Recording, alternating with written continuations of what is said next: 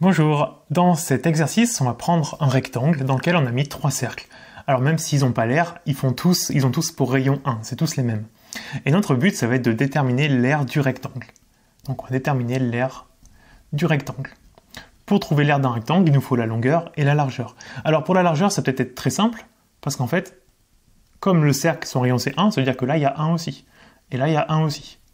Donc au final, en largeur, ça fait 1 plus 1 plus 1 plus 1, ça fait 4. Donc la largeur, c'est assez facile. Elle vaut 4. Maintenant, pour la hauteur, c'est un peu différent, parce que là, ok, il y a 1, mais pour les autres cercles, vous voyez, ça descend un peu plus bas, là. On est plus bas, donc on ne peut pas ajouter 1, c'est un peu moins que 1. Par contre, on sait que ici, ça mesure 1, c'est un rayon. Ici, ça mesure 1 aussi. Et donc, en fait, il va nous manquer que cette information-là. Parce qu'en dessous, là, on aura 1 et 1. Au-dessus, on aura 1, donc on aura 3. Il nous manque le petit rectangle. Donc, en gros, la hauteur, ça va être 3 plus notre petit rectangle à déterminer. Alors maintenant, comment on peut le déterminer? Il y a un truc qu'on pourrait faire, parce que quand même, regardez ici, c'est un peu visible quand même sur mon dessin. Là, on a ce qu'on appelle un angle droit, ici. Et puis, est-ce qu'on connaît l'hypoténuse? C'est-à-dire ça. Eh bien, pas trop, parce qu'en fait, vous voyez, l'hypoténuse, elle sort un peu du cercle, donc c'est plus grand que 1, mais on ne sait pas exactement combien. Alors que, regardez, si l'hypoténuse, on la prend plutôt comme ça. Là, en fait, ce qu'on a fait, c'est qu'on a traversé complètement 2 cercles. Donc, on a 2 fois le rayon. Autrement dit, cette hypoténuse mesurerait 2. On aurait besoin de notre hauteur. En largeur, on a toujours 1, le rayon du cercle. Donc là, on aurait 1.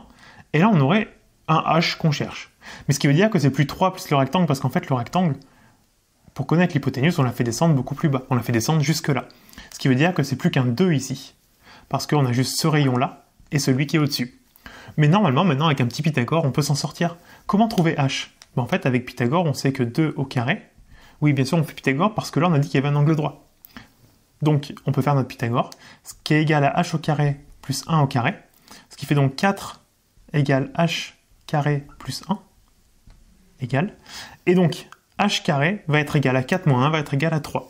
Pour trouver H, on va prendre la racine. Ça fait H égale racine de 3.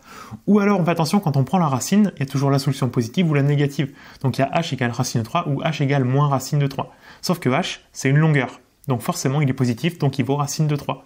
Ce qui fait que notre hauteur, ça va être 2 plus racine de 3.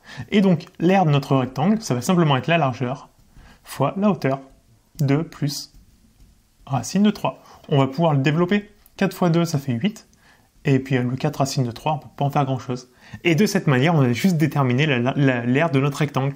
Vous voyez, vraiment avec un petit travail graphique, en choisissant les bonnes zones, au début, on s'est dit, bon, on va prendre le petit rectangle. Le problème, c'est qu'en faisant ça, on n'arrive pas à déterminer l'hypoténuse. Mais en allant chercher un peu plus loin, en agrandissant notre rectangle, on arrive à connaître l'hypoténuse, parce qu'en fait, quand on a 2 cercles qui se touchent, si on relie les 2 centres, eh ben, c'est 2 fois le rayon. Une fois le rayon pour arriver au bord du premier cercle, plus une fois le rayon pour aller au centre du deuxième cercle. Donc de cette manière, on arrive à trouver l'hypoténuse. On a toujours notre inconnu, mais ça tombe bien parce qu'il nous faut une inconnue à trouver. L'autre, c'est le rayon. A priori, il n'y a qu'une inconnue, triangle rectangle, on fait un Pythagore, et on s'en sort très très bien. Donc là, le plus compliqué, c'est vraiment d'organiser ses idées et de choisir les bonnes zones dans lesquelles on aura le plus d'informations. En tout cas, j'espère que ça vous a plu. N'hésitez pas à me le dire en commentaire, ou au moins mettez un gros pouce en l'air.